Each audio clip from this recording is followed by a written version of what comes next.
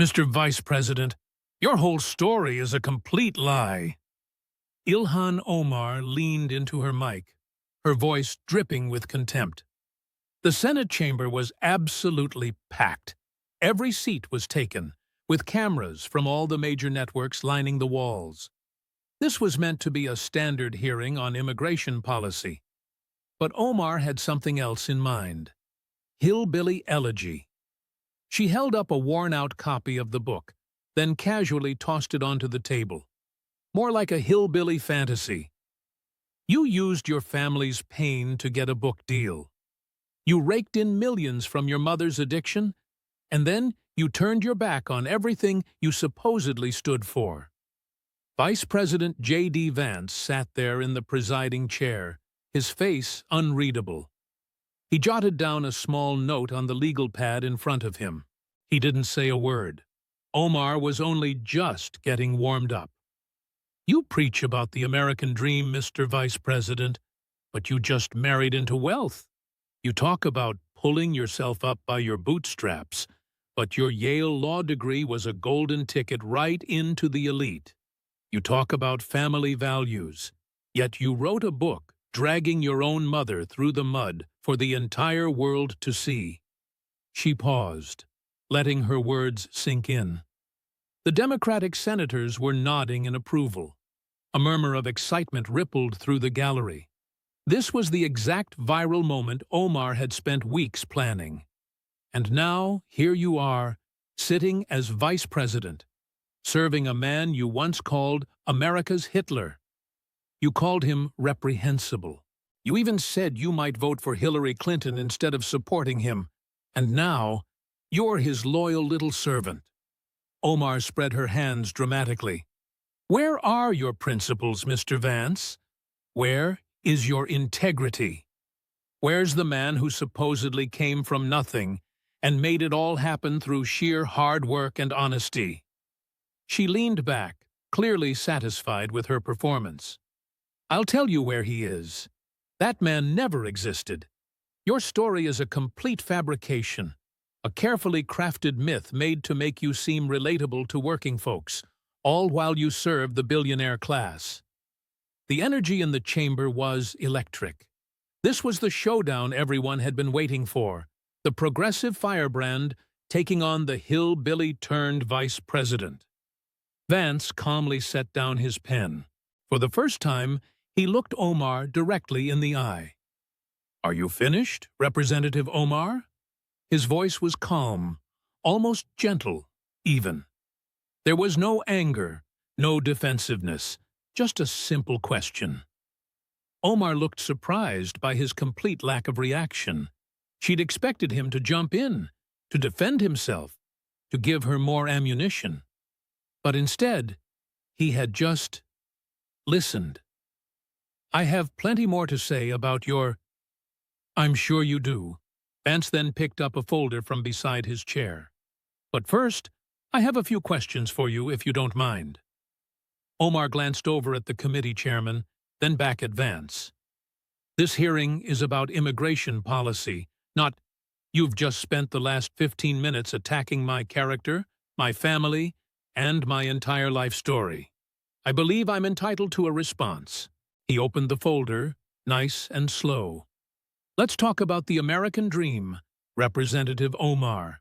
Let's talk about authenticity, about integrity, and about who really exploits their story. He looked up, his eyes locking with hers. Let's talk about you. Just 2 hours earlier, Ilhan Omar had walked into that Senate chamber like a conquering hero. Her staff flanked her on both sides, carrying binders full of research they wouldn't even need.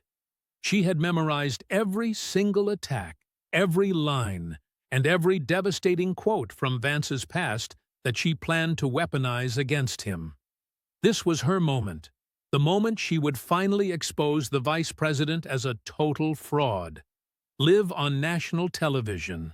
The hearing's official title was Immigration Policy and the American Dream, Success Stories and Challenges. Omar was invited as a witness, supposedly to share her own experience as a refugee who had risen to Congress. That invitation came from the Democratic minority, who wanted her powerful story to be front and center. But Omar, she had a different plan entirely. For weeks, her staff had been digging up opposition research on Vance, his contradictory statements about Trump, his privileged Yale education, his wealthy wife from a family of academics, and, of course, his book that many critics claimed exploited Appalachian poverty for profit. It was everything she needed to completely destroy his carefully constructed narrative.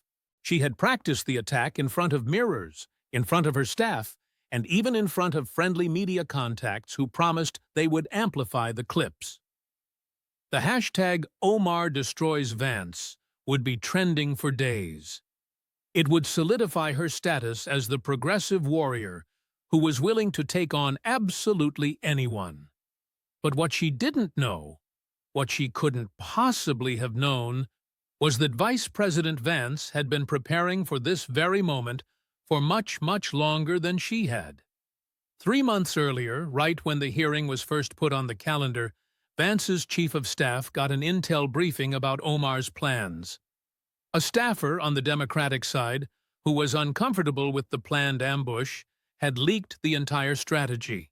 Vance knew exactly what was coming, and he decided he was going to let it happen. Let her attack, he'd told his team. Let her say absolutely everything she wants to say. Don't interrupt. Don't defend. Just let her talk. Let her, he'd insisted. His communications director was completely baffled. Sir, she's going to tear you apart on national television. We have to fight back. Vance just smiled. No, we need to let her construct her entire argument, because once she's finished, I'm going to ask her a few questions, and every single accusation she levels against me will become a weapon against her. He then pulled out a thick folder, the culmination of 3 months of meticulous research. She's going to attack my family history. Mine is well documented in a best-selling book that's been thoroughly fact-checked for years. Hers, however, involves potential immigration fraud and a marriage to someone who might just be her brother. She's going to attack my finances. I wrote a book and legally earned my money. She, on the other hand, funneled $3 million to her boyfriend's company. She's going to attack my loyalty. I publicly changed my mind about a politician. She swore an oath to America, then essentially promised Somalia she would serve them from inside the system. Vance closed the folder. Every attack she makes on me, she's actually making on herself. She just hasn't realized it yet. His staff had already spent weeks gathering documents, cross-referencing sources, and preparing visual aids. They'd secured records from Minnesota courts, FEC filings, social media archives, and even translated videos. They had also interviewed former staffers who were more than willing to speak up, and they had painstakingly traced financial transactions using public records. By the morning of the hearing, Vance had 6 neatly arranged folders: marriage, taxes, campaign finance, Somalia, anti-Semitism, and the pattern. He knew precisely what Omar was going to say, and he knew exactly how he would respond. As Omar strode confidently to the witness table that morning, Vance watched her closely from the presiding chair. She didn't even spare him a glance, already mentally rehearsing her lines and picturing the headlines. She had no idea she was walking right into a trap. Omar's attack was thorough, methodical, and utterly devastating, or at least that's what she believed. For 22 solid minutes, she commanded the floor, systematically tearing apart the J.D. Vance mythology. She'd branded him a poverty exploiter, a family betrayer, a political shapeshifter, and a sellout to the billionaire class. She had ridiculed his marriage, his education, and his entire career trajectory. The Democratic senators were absolutely eating it up. Senator Warren had nodded vigorously the entire time, and Senator Booker could barely hold back his applause. The progressive media in the gallery was typing furiously, already sketching out their Omar destroys Vance narratives. Omar then concluded with a dramatic flourish. "The American dream is real, Mr. Vice President. But you didn't live it. You manufactured it. You took the struggles of real Appalachian families and simply turned them into a product. You're not a success story. You're a con artist." She leaned back, triumphant, after 22 minutes of uninterrupted attack. Vance hadn't uttered a single word, which should have been her first clue. Now Vance was opening a folder, and something in his demeanor had subtly shifted. The passive listener had vanished. In his place, there was something else entirely, something sharper, far more focused, and undeniably more dangerous. "Representative Omar," he began, his voice still unnervingly calm, "you've leveled some truly serious accusations about my character, my family, and my integrity, and I truly appreciate you laying them all out so clearly. It simply makes what I'm about to do much easier." He then pulled out a document. "You accused me of having a fake poverty story, of fabricating hardship for profit. So, let's actually talk about fake stories, Representative. Let's talk about manufactured narratives." He looked down at the document, then directly at her. "Let's talk about your marriages." Omar's expression flickered, just for a split second before she quickly regained her composure. "My personal life is not—" "You just spent 20 minutes attacking my personal life, Representative. My family, my mother, my marriage. You opened this door. Now, we're going to walk right through it together." He held up the document. "According to Minnesota state records, in 2009, you legally married a man named Ahmed Nur Sahed Elmeh. Is that correct?" Omar's jaw noticeably tightened. "Yes." "And you separated from him in 2011, but didn't officially divorce until 2017, 6 years later. Is that also correct?" The divorce process was complicated by— "Yes or no, Representative? Were you legally married to Ahmed Elmeh from 2009 to 2017? There was a pause. "Yes." "Thank you." Vance calmly made a note. "Now, during that same period, specifically in June 2012, you had a third child. Is that correct?" Omar remained silent. "Representative Omar, did you have a child in June 2012? "Yes." "And the father of that child was Ahmed Hersi, not Ahmed Elmeh, your legal husband. Is that correct?" Silence filled the room. "For the record," Vance stated, "I'll note that Representative Omar is declining to answer, but the birth certificate is, of course, a public record." The father listed there was Ahmed Hersi. Vance then pulled out yet another document. "So you were having Ahmed Hersi's baby, even though you were still legally married to Ahmed Elmeh. Now, that's interesting. But here's something even more interesting." He spread even more papers across his desk. "In 2014 and 2015, you filed federal tax returns, joint returns specifically, and you filed them with Ahmed Hersi, not with your legal husband, Ahmed Elmeh, but with Ahmed Hersi." Vance looked up at her.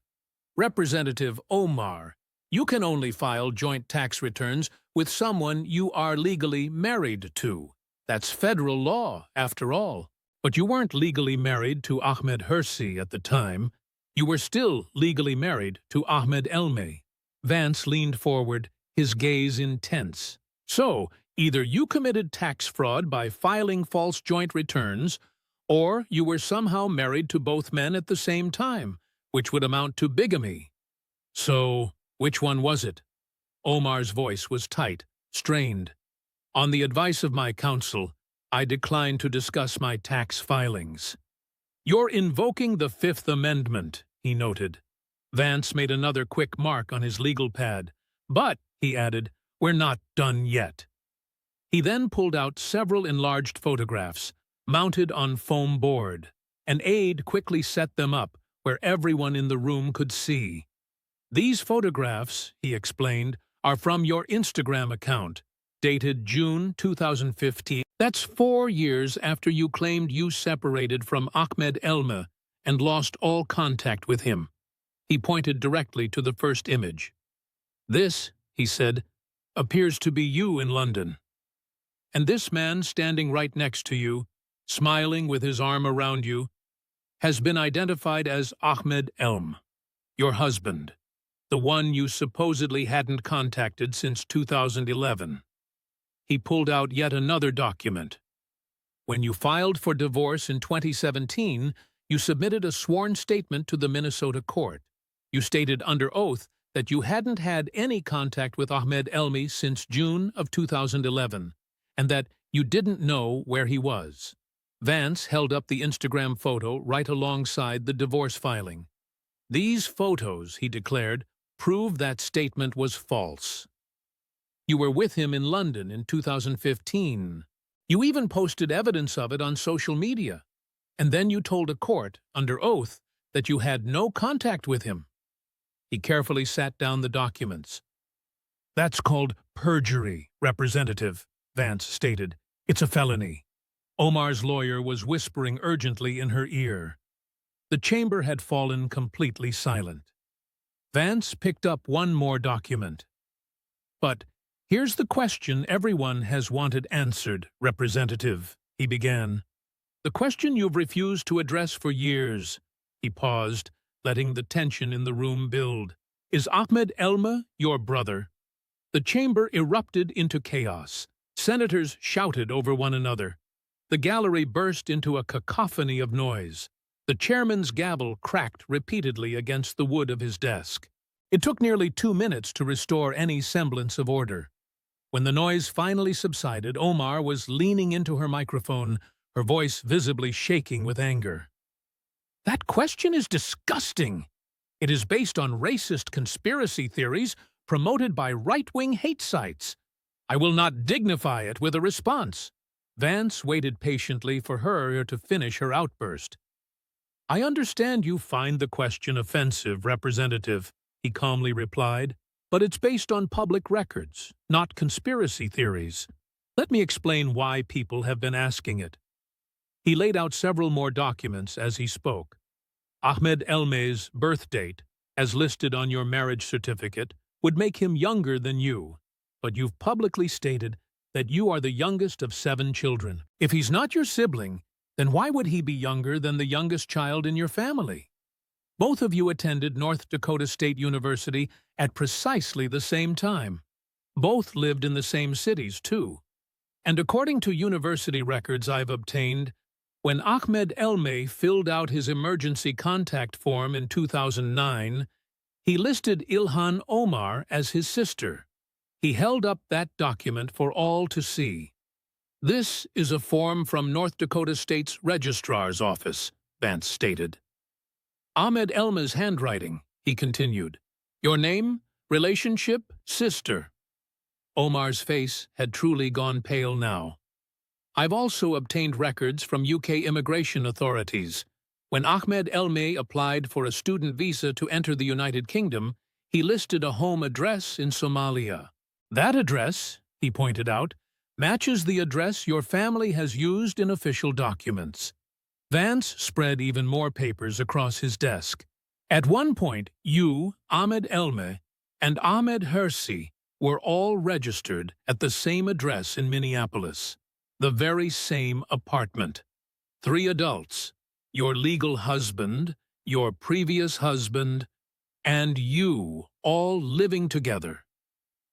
He looked up at Omar, his expression unwavering. Most people don't live with their husband and their ex-husband at the same time, Representative, Vance remarked. Unless the husband isn't really a husband at all, that is. Unless he's a family member who needed immigration documents. Unless the marriage was, in fact, a fraud. Omar finally found her voice again. "This is a coordinated smear campaign," she declared. "It's all public records, Representative," Vance countered. "Marriage certificates, tax filings, university documents, your own social media posts. Are all of those part of a smear campaign?" Vance calmly gathered the marriage documents. "You attacked me for having a fake story, but my story is in a book that's been fact-checked by journalists for nearly a decade. Your story here involves potential immigration fraud, clear perjury, and some really well-documented tax violations." He pushed that folder aside, then grabbed a new one. "You criticized me for exploiting my family, yet I simply wrote truthfully about my family's struggles. It seems you might have married your own brother just to help him get a green card. You made fun of my marriage, calling it marrying up, but I only have one wife. Meanwhile, you apparently had two husbands simultaneously, one legal, one religious, and possibly even a brother involved." He then opened the new folder. "Now, let's talk about money, especially since you accused me of selling out to the rich." Vance then pulled out a thick stack of clip-bound documents. "Representative Omar, your husband at present is Tim Minette. Before your marriage, he managed a political consulting firm known as the E Street Group. Is that accurate?" Omar's voice was tense. "My husband's business isn't relevant to this, especially after you spent 20 minutes attacking my wife's family background. I believe your husband's business is entirely fair game." He didn't wait for her to respond. Federal Election Commission records show that from 2018 to 2020, your campaign paid the E Street Group roughly $2.9 million. That's $2.9 million. He let that staggering figure sink in. To put that in perspective, it was 78% of the E Street Group's entire revenue during those years. Almost 4 out of every $5 Tim Minette's company made came directly from your campaign. He pulled out another document, revealing that those payments, totaling $2.9 million, made up 56% of your campaign's entire spending. In other words, more than half of every dollar donated to your campaign ended up with your boyfriend's company. Omar tried to interject. "The services provided were legitimate. I didn't inquire if they were legitimate. I asked if you were sleeping with the man whose company received $2.9 million from your campaign funds." He then produced a divorce filing. This document is from Beth Minette, who was Tim Minette's wife at that time. In her divorce complaint, she stated, and I quote, "The parties physically separated on or about April 7, 2019, when defendant told plaintiff that he was romantically involved with and in love with another woman, Ilhan Omar." Vance looked up from the paper. "So, in April 2019, Tim Minette admitted to his wife that he was having an affair with you. Now, let's examine what happened with the money after that revelation." He spread several FEC documents across his desk. Before April 2019, your campaign was already sending significant sums to Tim Minette's firm. However, once the affair became public, those payments skyrocketed. During the 8 months from May to December 2019 alone, your campaign paid his firm over $1 million. He ran his finger along the figures. "The payments, Representative, increased after you were caught. You essentially rewarded your boyfriend for the affair with your donor's money." Omar's voice grew louder. "Those payments were solely for legitimate campaign services." "Really?" Vance produced even more documents. "I have internal billing records from the E Street Group, acquired from a former employee who was quite troubled by what she witnessed." He held up the stack of papers. "These invoices detail campaign consulting services on dates when, according to travel records, you and Minette were together in places completely unrelated to campaign activities, like a hotel in the Caribbean, a California resort, or a weekend getaway in New York City. He placed the invoices back down. Your campaign was billed for services that, in reality, were just personal trips with your boyfriend. Your donors believed they were funding your re-election campaign. Instead, they were funding your affair. Omar then turned to the chairman. This is totally inappropriate. You attacked my integrity, Representative. You questioned my financial dealings. You even mocked how I earned my money. I wrote a book, for crying out loud. Meanwhile, you embezzled from your own campaign. So, who exactly sold out here? But Vance still wasn't done. And then we have Rose Lake Capital, your husband's brand new venture capital firm. After all the intense scrutiny on the E Street Group, Mr. Minet simply closed it down and started this new company instead. He pulled out some court documents. According to filings from a South Dakota lawsuit, Rose Lake Capital had a mere $42 in its bank account in early 2024. Just $42. He then pulled out Omar's Congressional Financial Disclosure form. Yet, according to your own financial disclosure filed with the House of Representatives under penalty of perjury, by the end of 2024, Rose Lake Capital was valued between $5 million and $25 million.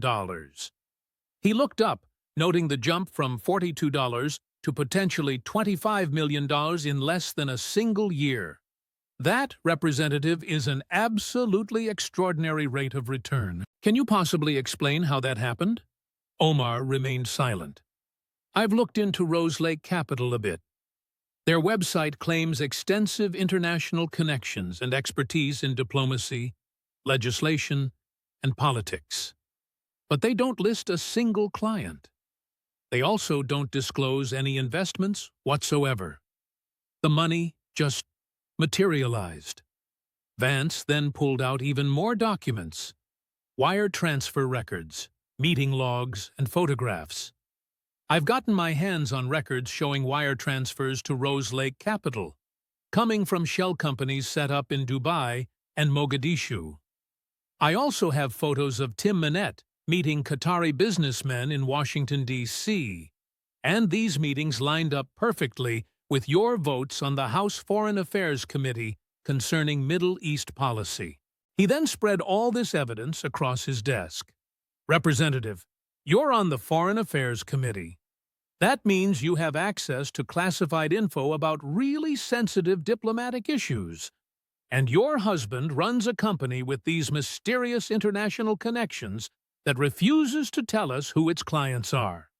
This is a company that exploded from $42 to millions of dollars, with absolutely no public explanation. Vance gathered the financial documents. You accused me of selling out to the rich, but I earned my money by writing a book about my life. What did you sell to earn yours? He set aside that folder and reached for the next one. Now let's talk about loyalty, since you accused me of betraying my origins. The chamber had grown increasingly tense as Vance methodically dismantled Omar's credibility. Democratic senators sat in uncomfortable silence. Republican senators watched with barely concealed satisfaction. The media gallery had totally abandoned any pretense of neutrality. This was the story everyone was waiting for, and they knew it. Vance opened his next folder with deliberate calm.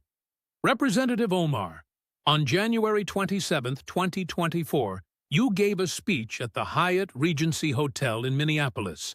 That speech was in Somali. Were you there? Omar's posture stiffened.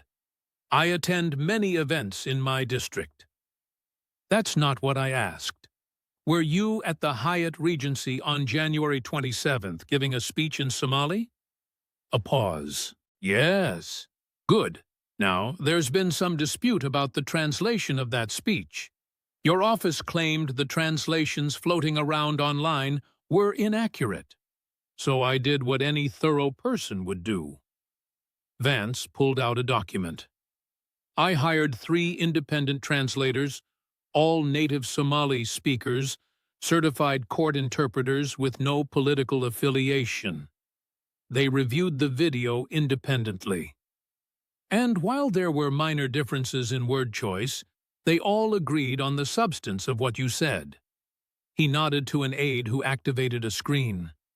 Video began to play, showing Omar speaking in Somali with English subtitles at the bottom. The chamber watched as Omar told her audience, "We are Somalis first. We are Muslims. We are people who know our blood, our heritage, our obligations to each other." The video continued as Omar discussed Somalia's territorial disputes with Ethiopia and neighboring regions. Then came the key passage. "As long as I am in the United States Congress, Somalia will never be alone. We will make sure that America does not support anyone who threatens our homeland. Sleep in comfort, my brothers and sisters, knowing that I am there inside the American government, protecting the interests of Somalia." Vance paused the video. "Did you say those words?" Representative Omar's voice was tight. "The context of that speech." "I'm not asking about context. I'm asking if you said those words.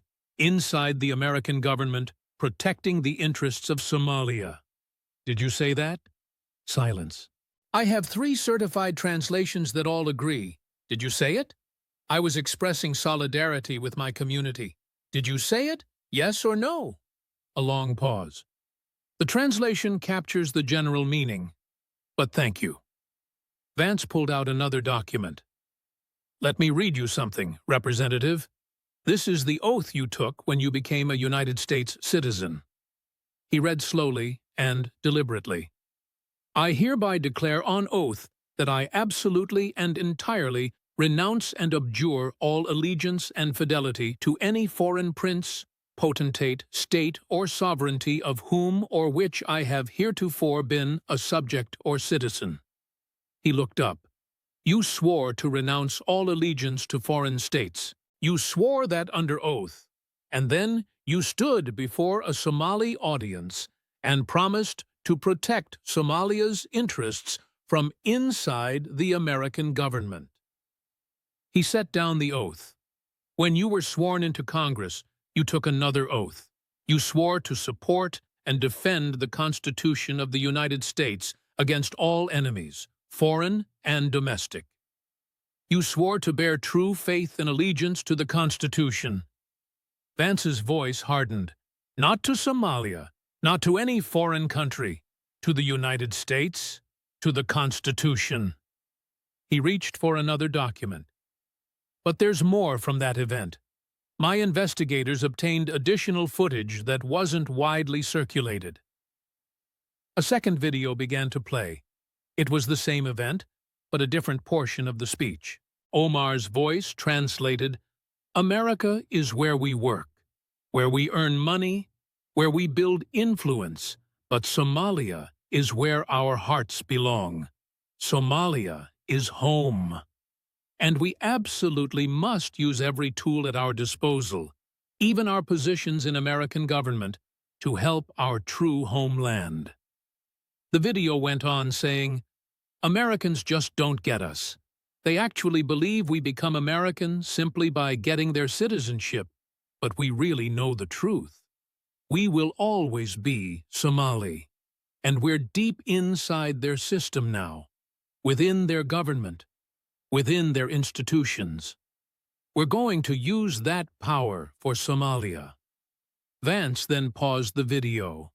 "America is just where we earn our living. Somalia is our true home. We're already inside their system. We're going to use that power for Somalia." He stared right at Omar.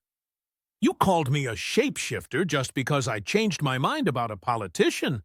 But I never pretended to be loyal to America while secretly helping another country. I never took an oath I didn't plan to honor."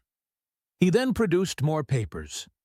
"I've also gotten my hands on messages between your office and officials from the Somali government, including requests for classified meetings to be shared, efforts to steer American foreign policy to benefit Somalia at the cost of U.S. interests, and meetings with Somali government representatives that weren't even listed on your official schedule.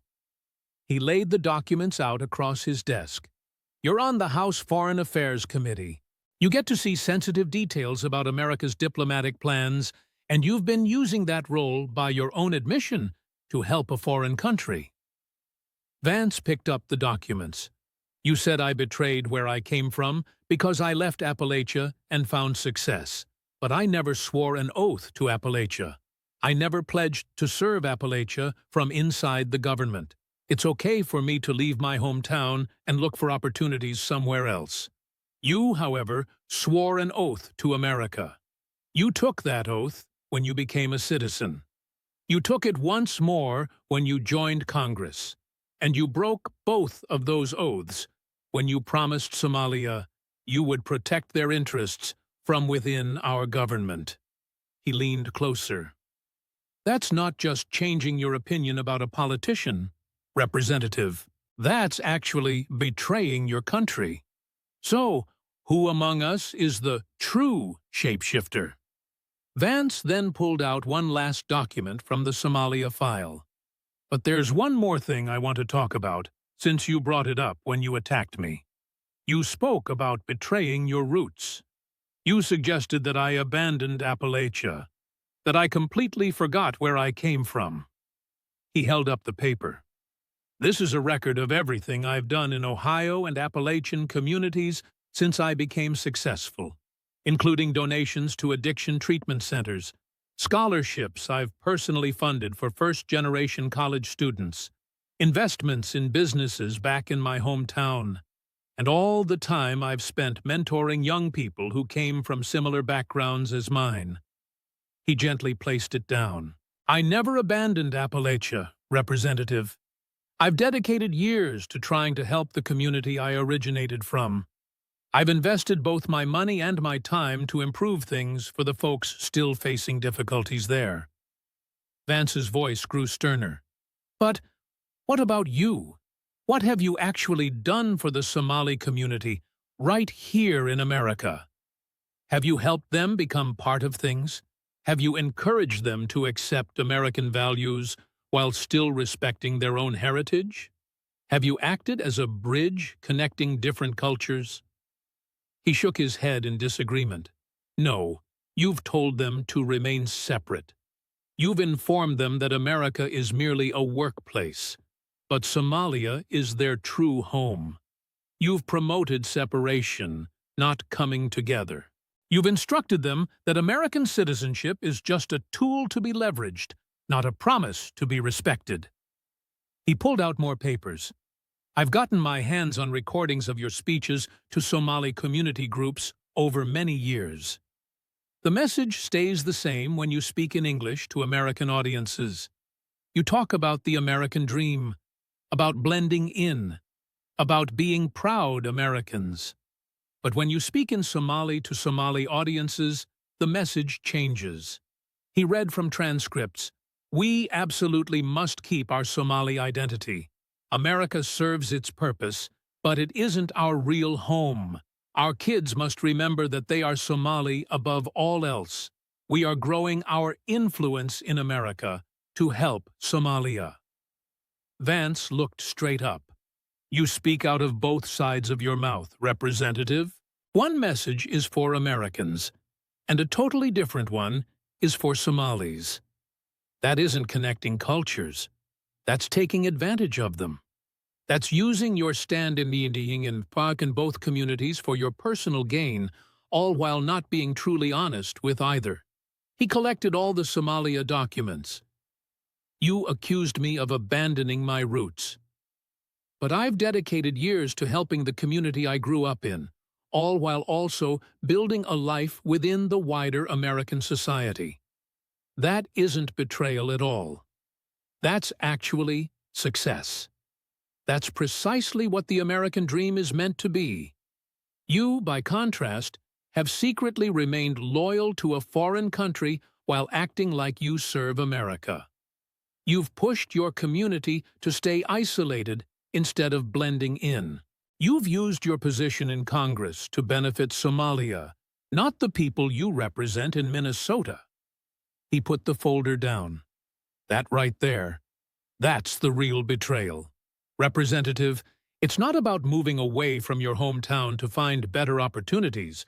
It's about swearing allegiance to one country while actually serving another. He placed the folder to the side. Now, let's talk about character, especially since you went after mine so fiercely. Vance opened his next folder, which was thinner than the others but equally damaging. Representative Omar, you attacked my honesty, my principles, my very character. So, let's take a look at yours. He pulled out some printed screenshots, tweets enlarged to a readable size. Back in 2012, before you ever entered politics, you posted this on Twitter. Israel has hypnotized the world. May Allah awaken the people and help them see the evil doings of Israel. He held up that screenshot. Hypnotized the world. That's the exact kind of language that has been used for centuries to persecute Jewish people. It's the idea that Jews use some kind of mystical power to trick and control non-Jews. It's a classic anti-Semitic trope. He moved on to the next screenshot. February 2019. You're now a member of Congress. There was a discussion about IPAC, and you tweeted, "It's all about the Benjamins, baby." You were suggesting that support for Israel is just bought with Jewish money. That's another anti-Semitic trope. It's the idea that Jews use their wealth to control governments and politicians. And then he moved to the third screenshot. March 2019. You said this at a town hall. I want to talk about the political influence in this country that says it is okay to push for allegiance to a foreign country.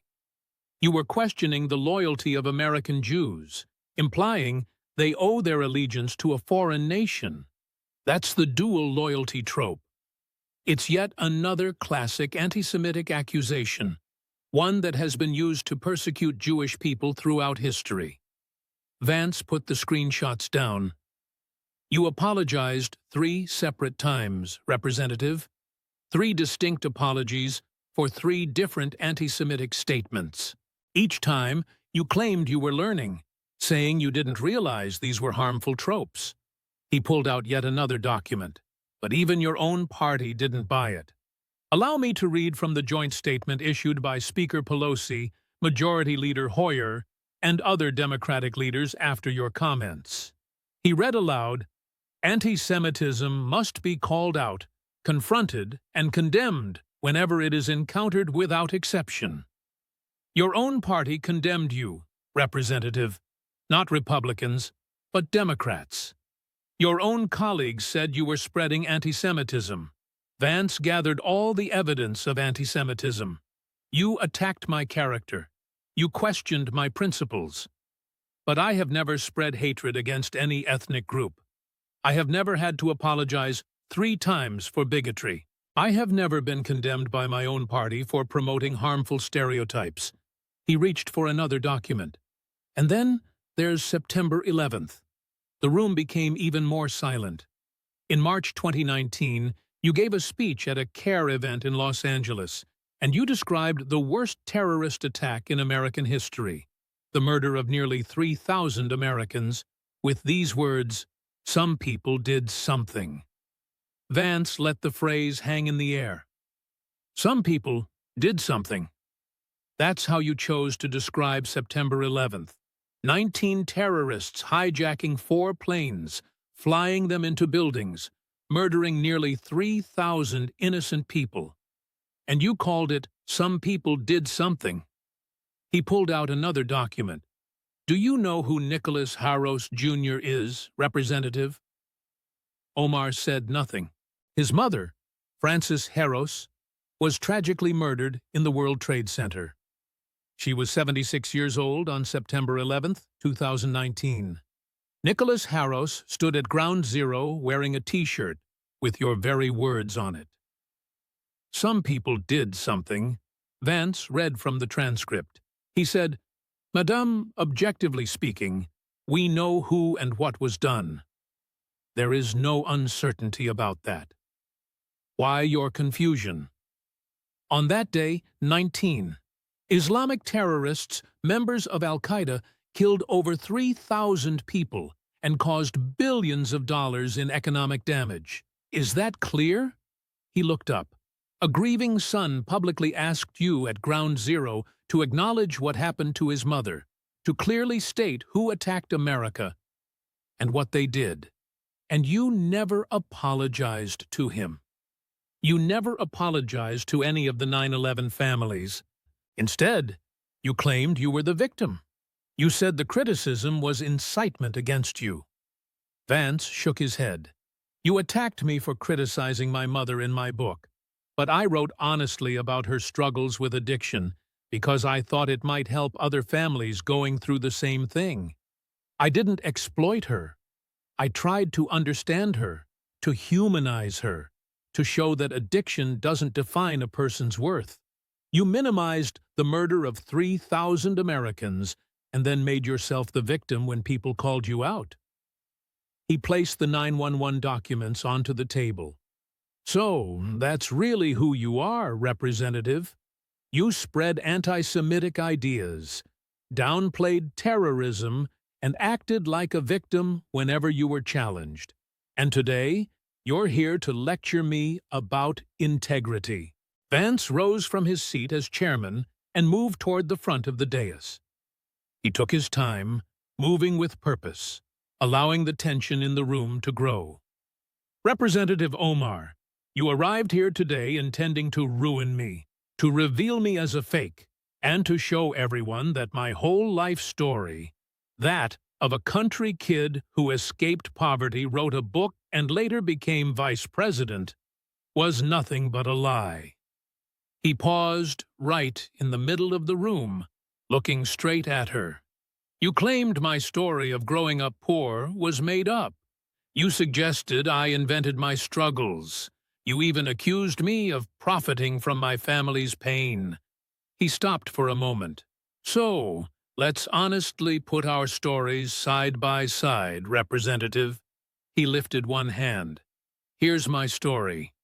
I truly grew up poor in Middletown, Ohio. My mother struggled with drug addiction. That's a fact. It's all documented. That was real. None of it was made up. My grandmother raised me. I joined the Marines. I went to Ohio State using the GI Bill. I earned my way into Yale Law School with hard work and good grades. I wrote a book sharing my experiences. I then became a venture capitalist, then a senator, and eventually vice president." He then raised his other hand.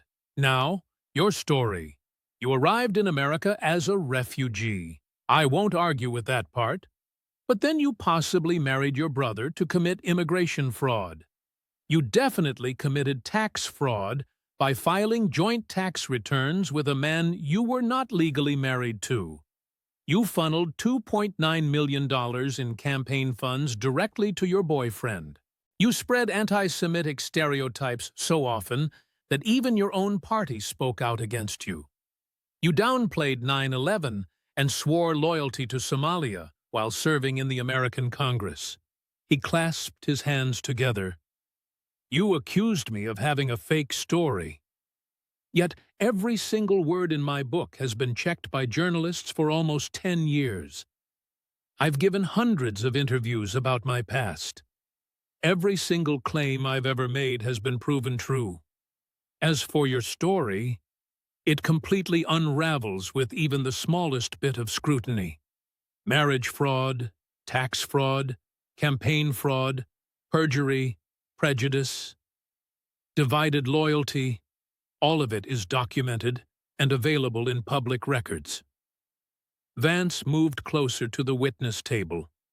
"You accused me of exploiting my family, but I wrote openly about our hardships because I believed it could help other families. I never hid anything. I didn't commit any crimes. I always told the truth.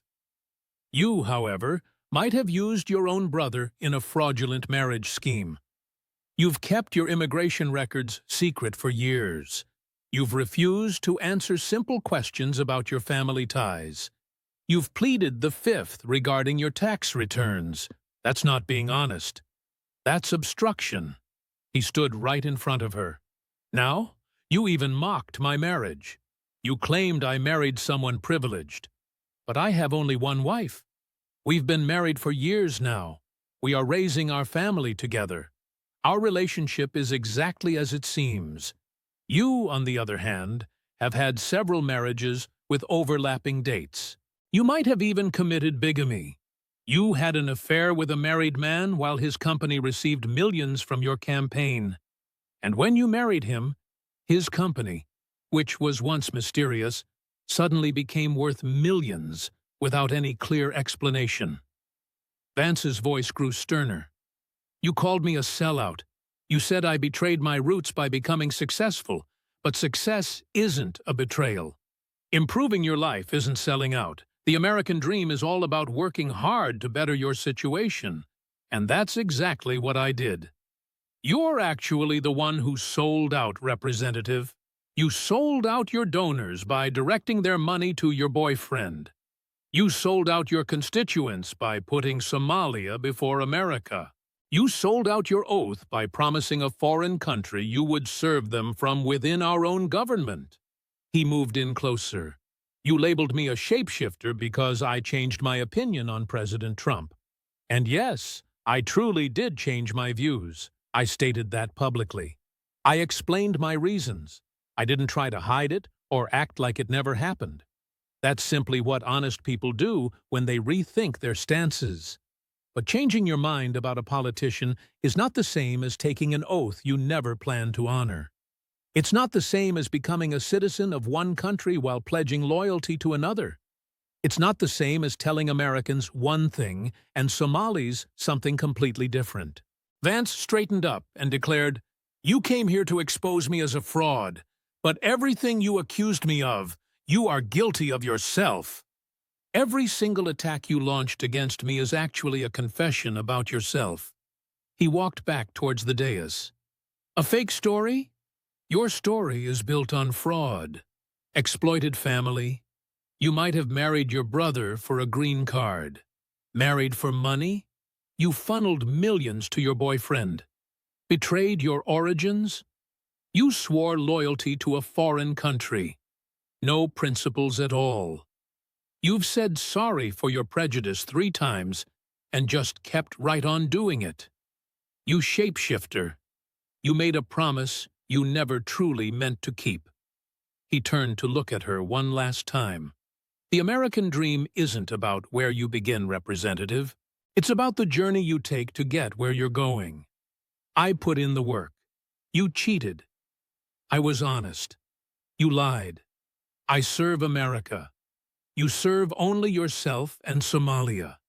You came here intending to ruin me, but all you really did was ruin yourself. He walked back to the chair where he presided and sat down.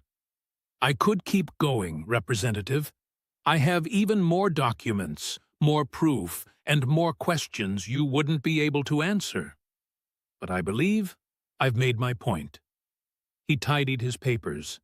"Someone made a big mistake today, Representative Omar. They walked into this room to embarrass a man who genuinely lived the American dream. They made claims they couldn't back up. They attacked a story they couldn't disprove, and in doing so, they showed themselves to be exactly what they accused their target of being."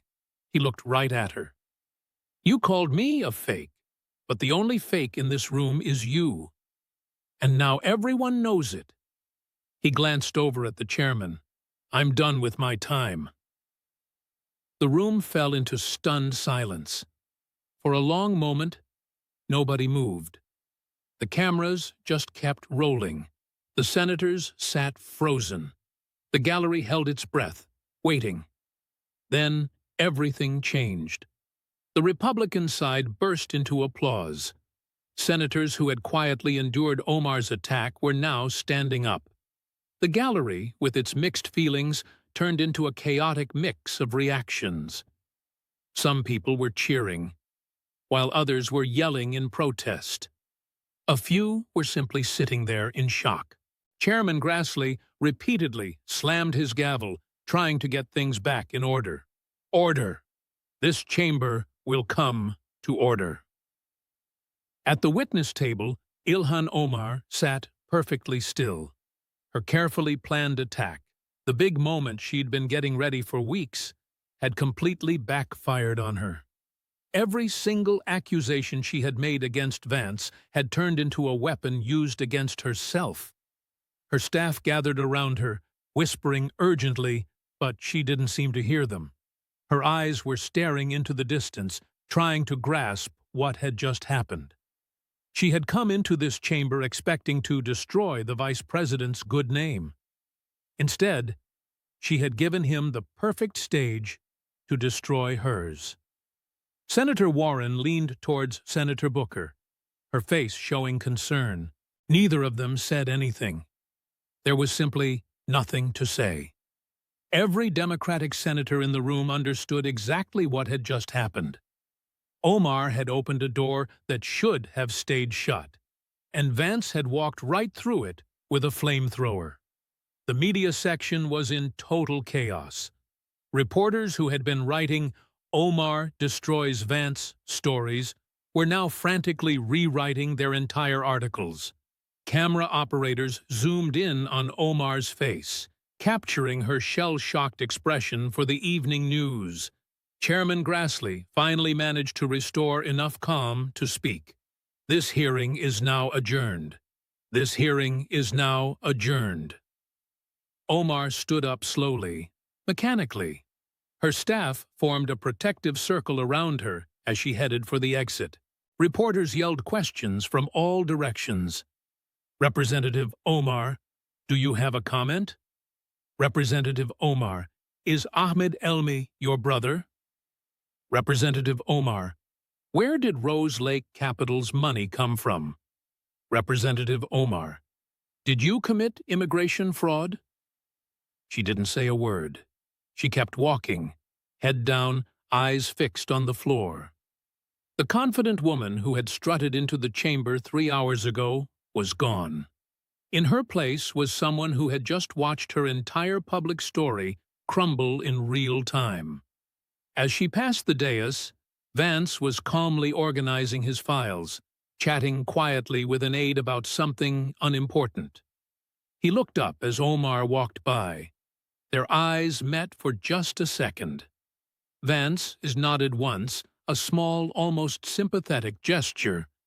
Omar looked away and kept moving.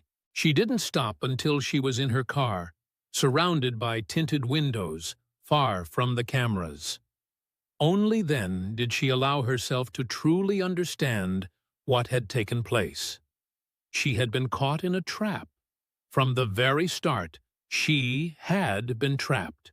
Her entire attack, every word, every accusation, every carefully planned line had been foreseen. Vance had allowed her to speak because each attack she made gave him more ammunition. He had let her build her whole case because he knew exactly how he would dismantle it. She had walked into an ambush, believing she was the one setting it. And now, her political career was in ruins. The video went massively viral within hours. It racked up 80 million views in the first 48 hours. Clips spread across every platform: YouTube, Twitter, Facebook, TikTok, Instagram. Vance destroys Omar became the top trending topic in the United States, and then worldwide. The mainstream media rushed to cover it. Some news outlets tried to present it as a Republican attack, but that framing just wouldn't stick. Omar had started the whole thing. She had attacked Vance without provocation for 22 minutes straight. He, however, had simply responded with cold, hard facts. The political fallout came quickly and hit hard.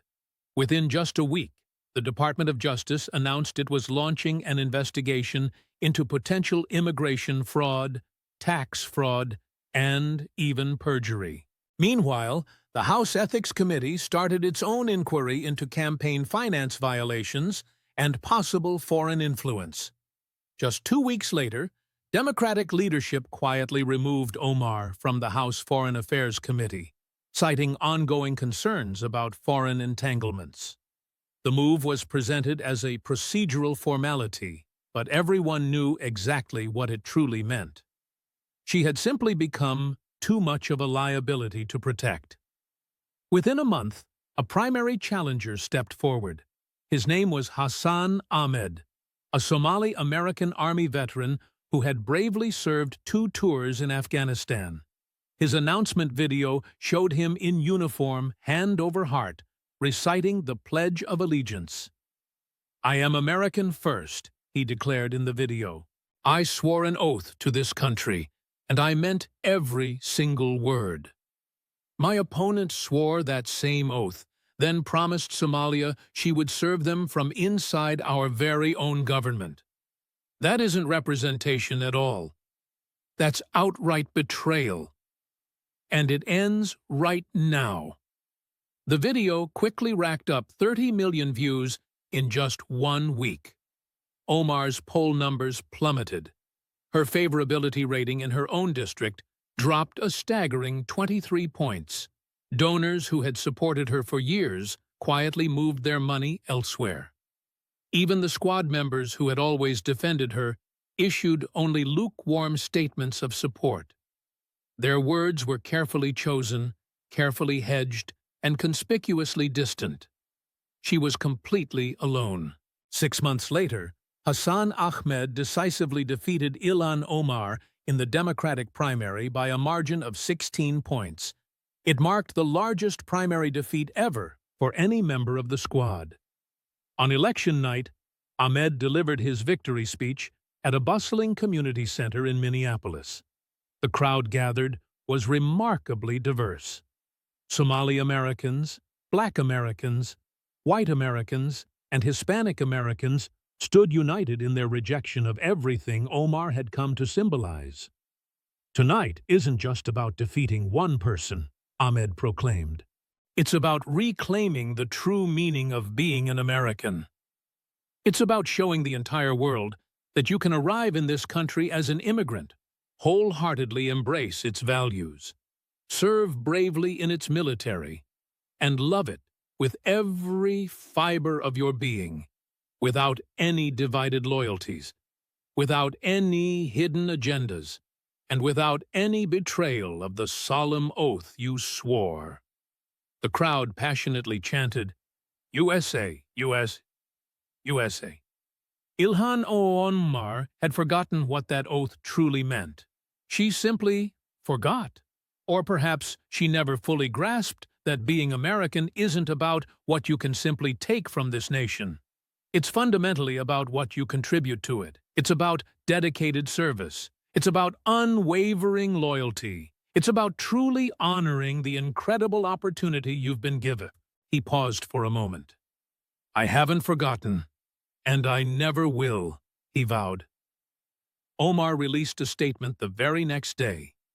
She announced she was stepping away from politics to spend time with her family and explore opportunities in the private sector. She thanked her loyal supporters. She expressed deep pride in her service. However, she never once addressed the specific allegations raised during the hearing. She never offered an explanation for the marriage timeline. She never released any immigration records. She never provided an accounting for Rose Lake Capital's mysterious millions. She simply vanished from the public eye. The investigations that followed the hearing proved both extensive and incredibly damaging. The Department of Justice's immigration fraud investigation subpoenaed critical records from North Dakota State University, UK immigration authorities, and Minnesota Vital Records. Former classmates and various community members were thoroughly interviewed. The full extent of the investigation was never made public, but leaks strongly suggested that investigators had uncovered significant inconsistencies in Omar's immigration timeline. The tax fraud investigation, in contrast, was far more straightforward. The joint tax returns she filed with Ahmed Emid Hirsi, while legally married to Ahmed Elmi, constituted clear violations of federal tax law. Omar's lawyers quietly negotiated with the IRS. The terms of the settlement remained sealed, but sources close to the situation indicated it involved substantial back taxes, hefty penalties, and significant interest. The campaign finance investigation ultimately caused the most damage to her public reputation. The FEC discovered multiple violations concerning payments made to the E Street Group. Internal documents obtained during the investigation revealed a consistent pattern of billing for services that were never actually rendered. Payments for personal expenses, disguised as legitimate campaign costs, and other financial arrangements that flagrantly violated federal election law. Omar faced a fine of $250,000, making it one of the largest campaign finance penalties ever levied against a sitting member of Congress. She was also required to repay an additional $400,000 to her campaign fund. Several former staffers willingly cooperated with investigators in exchange for immunity. The Rose Lake Capitol investigation turned out to be the most mysterious of them all. Forensic accountants painstakingly tracked wire transfers, navigating a complex maze of shell companies spread across numerous countries.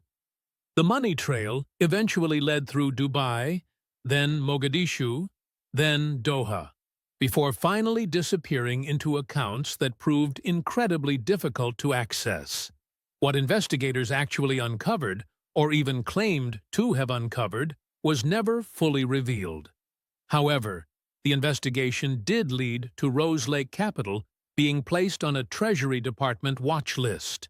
Tim Minette was subsequently prohibited from engaging in certain financial dealings. The firm quietly wound down its operations, with its assets frozen as further investigation remained pending.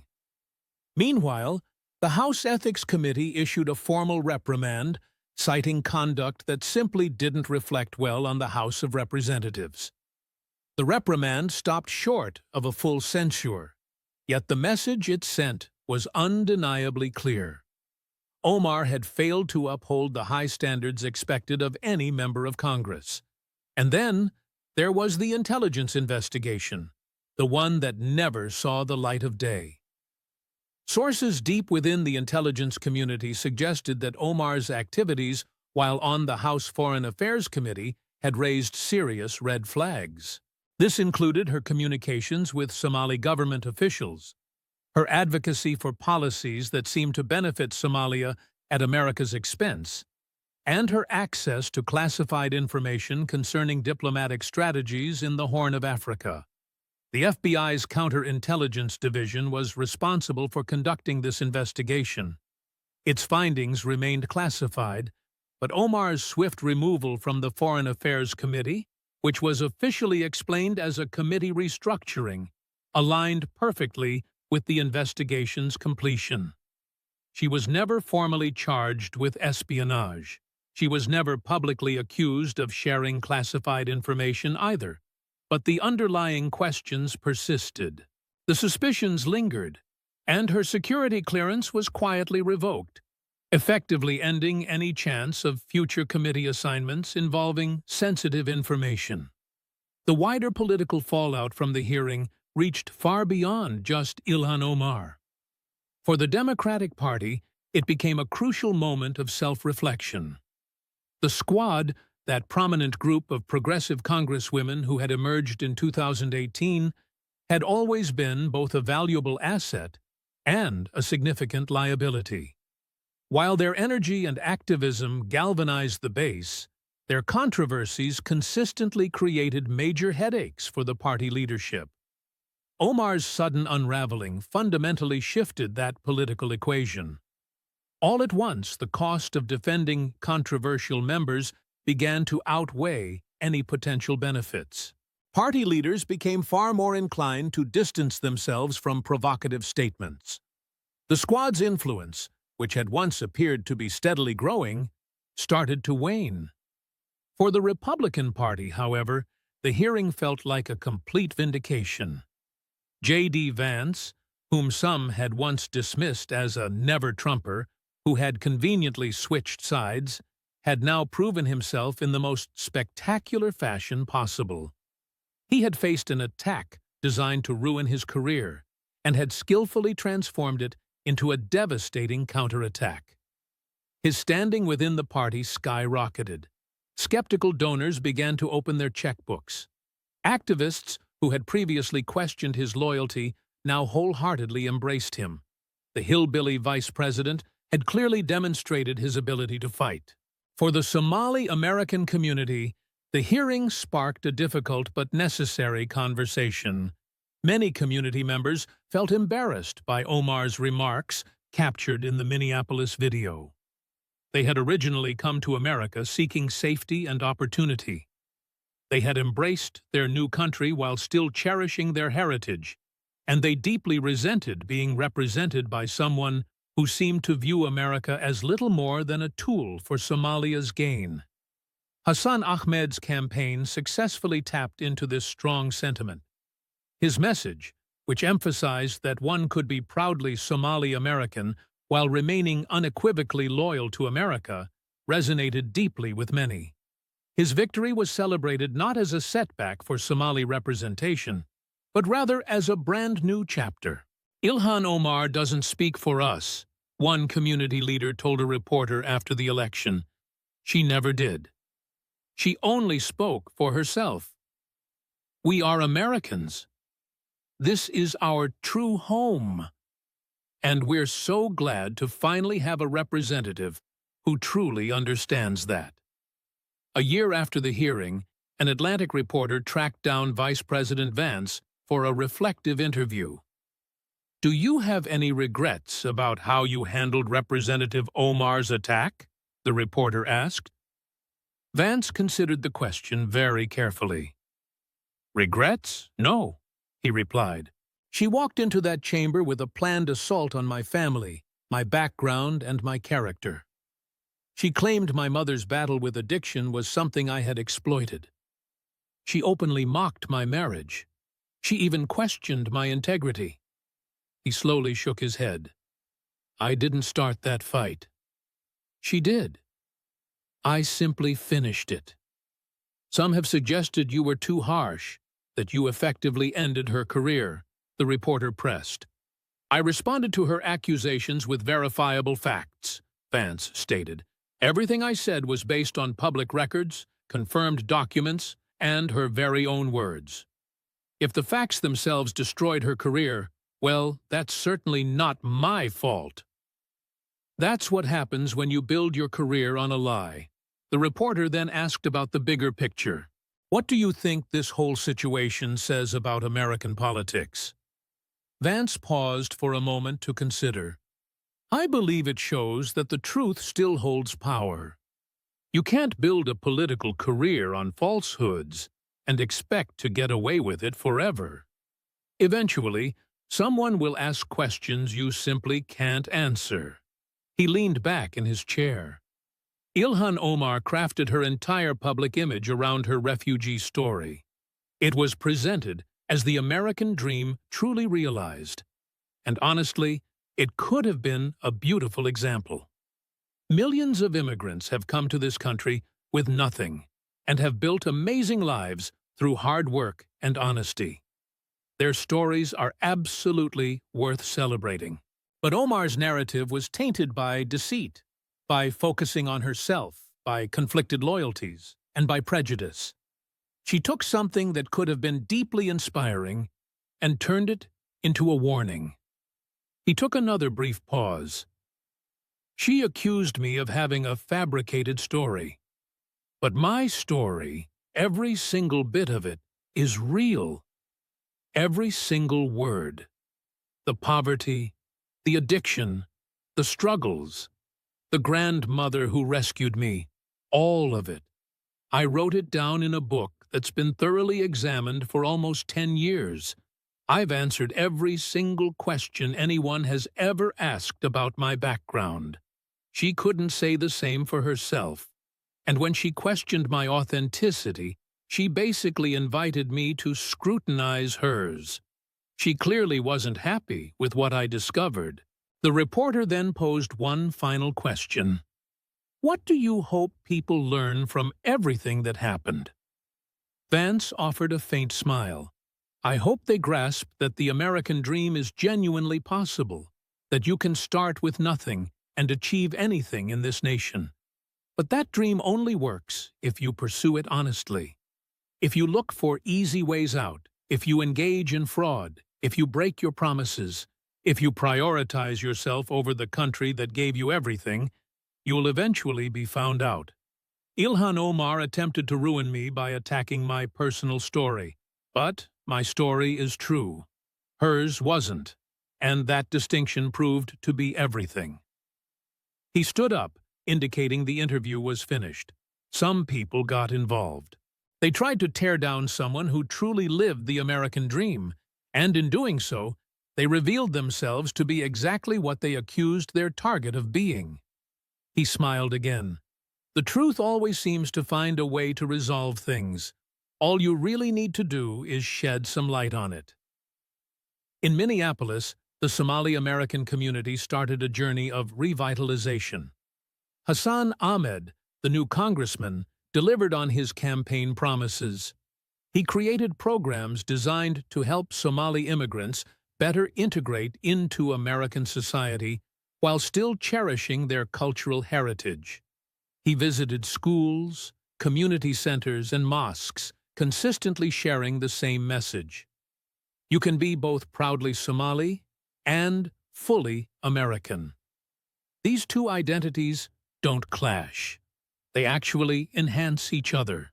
My parents arrived here as refugees, he told a group of young Somali Americans a year after his election. They were thankful every single day for the chances America gave them. They learned English. They built businesses. They became citizens. And they raised their children to love this country just as much as they loved Somalia. He paused, gazing at the young faces in front of him. Ilhan Omar once told you that America was just a place to work, and that Somalia was your true home. She was mistaken. America is your home. This is where you will build your lives, raise your families, chase your dreams, and you can do all of that while honoring your heritage and staying connected to your roots. But you have a choice to make. It's not between being Somali and being American. You can absolutely be both. It's about choosing between serving this country with integrity and exploiting it for personal gain, between thankfulness and manipulation, between loyalty and betrayal. He lifted his hand, revealing the scar from a wound he sustained in Afghanistan. I chose to serve. I chose to wear a uniform and defend this country with my very life. And I'm asking you to serve too. Not necessarily in the military, but within your communities, in your careers, and in your daily lives. Be the kind of Americans that make your fellow citizens proud to have you as neighbors. The applause that followed was deafening. The lessons from that hearing resonated throughout American politics for years to come. For those hoping to enter politics, it became a cautionary tale about the risks of attacking an opponent without first examining your own weaknesses. "Don't pull an Omar" became a common phrase in political circles for launching an attack that horribly backfires. For political strategists, it served as a prime example of careful preparation and patience. Vance's approach, which involved letting the attack fully play out before responding, was analyzed in campaign workshops and university courses. The conclusion was widely accepted.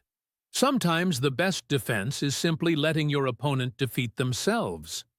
For the media, it was a harsh reminder that carefully constructed narratives can crumble quickly when faced with solid evidence. The reporters who had been ready to write "Omar destroys Vance" stories had to completely change their tune within hours. Several then penned reflective pieces, highlighting the need for skepticism even when it came to sources they politically aligned with. And for everyday Americans, it showed that accountability was still alive, that powerful figures weren't immune to consequences, and that the truth, when carefully gathered and bravely shared, could still win out. In the years to come, that hearing would become a classic example of political accountability. It demonstrated how one person's attack could spectacularly fail when confronted with hard evidence, and how being prepared and patient could overcome aggression and arrogance. J.D. Vance went on as vice president, his standing actually growing stronger, not weaker, because of that showdown. The hillbilly who wouldn't back down became a key part of his public image. His book sales soared. His approval numbers went up. Ilhan Omar, however, slowly disappeared from the public eye. Occasionally, reporters would try to get her thoughts on different controversies, but she hardly ever replied. When she did speak, her answers were meticulously prepared, kept very brief, and clearly crafted to steer clear of any real talk about what had transpired. The investigations continued for years after. Some turned up answers, while others simply fizzled out. The complete story about Ahmed Elma, about Rose Lake Capital, and those Somalia connections, much of it stayed unclear, tucked away behind sealed documents and unresolved questions. Still, the hearing itself lives on, saved on video, recorded in transcripts, and there for anyone who wants to see it. And the lesson it offered was straightforward. Don't criticize someone else's narrative unless you're absolutely sure your own can stand up to close examination. It's like, don't throw stones if you live in a glass house. Don't start a fight you're not ready to end. Some people definitely learned something that day. They learned that particular lesson the hard way. And the truth, patiently documented and undeniable, had been right there waiting for them all along. 5 years after the hearing, a documentary filmmaker put out a thorough recounting of what had taken place, called The Trap. It included interviews with people involved from both sides, insights from political scientists, and never-before-seen footage from the actual day. The film brought to light new details that hadn't been shared publicly until then. It showed Vance's prep room the morning of the hearing, folders neatly organized, staff going over the last-minute points, the vice president himself appearing calm and collected while everyone else was on edge. It also showed Omar's preparation room, filled with confidence, practice runs, and the absolute belief that she was about to have a career-defining moment. Then it captured the senators' reactions from both parties as the hearing progressed. The rising unease among Democrats, the barely hidden satisfaction from Republicans, and then the fallout. Omar's quiet exit, Vance's calm departure, and the sudden burst of commotion in the media section.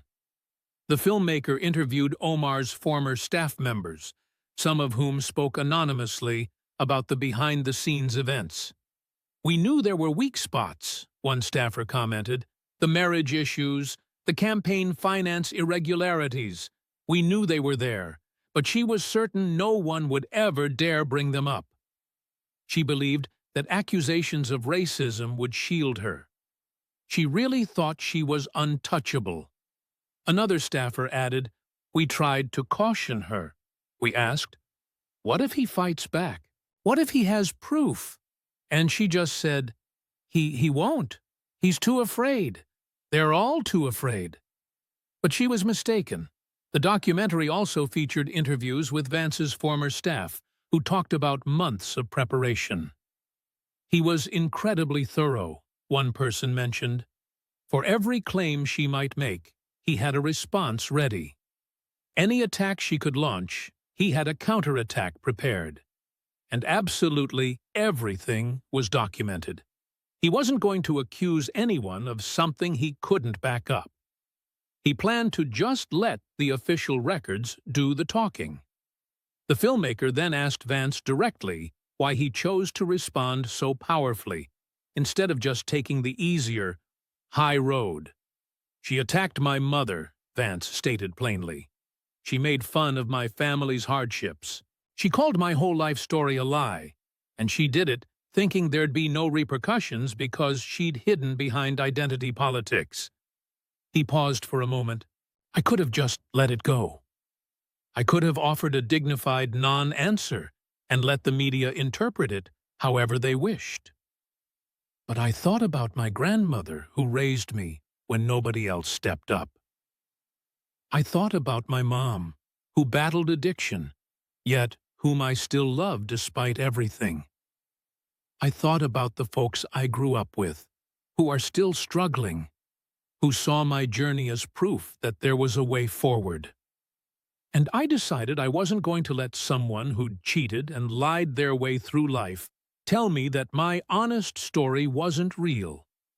There was no way I was going to let her attack my family, especially when her own family history was tangled in a web of fraud and deception. He just shrugged.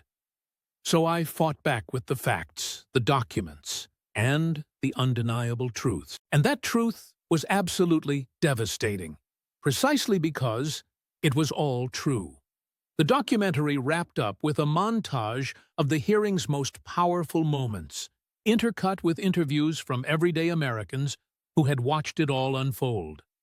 It showed me that you can still fight back, said one viewer, a woman from Ohio. That the powerful aren't invincible, that if you have the truth on your side and you're truly willing to use it, you can actually win. It reminded me why I came to America, said another, a Somali-American man from Minneapolis. Not to just use this country, but to really be part of it, to contribute, to truly belong. Omar forgot that. I never will. The final image showed Vance heading back to his office after the hearing, closing the door and sitting quietly alone at his desk. He looked exhausted, but there was a clear satisfaction in his eyes. He picked up a photo from his desk, his grandmother, the woman who had saved him, and gazed at it for a long moment. Then he gently placed it back down, opened a folder, and promptly got back to work.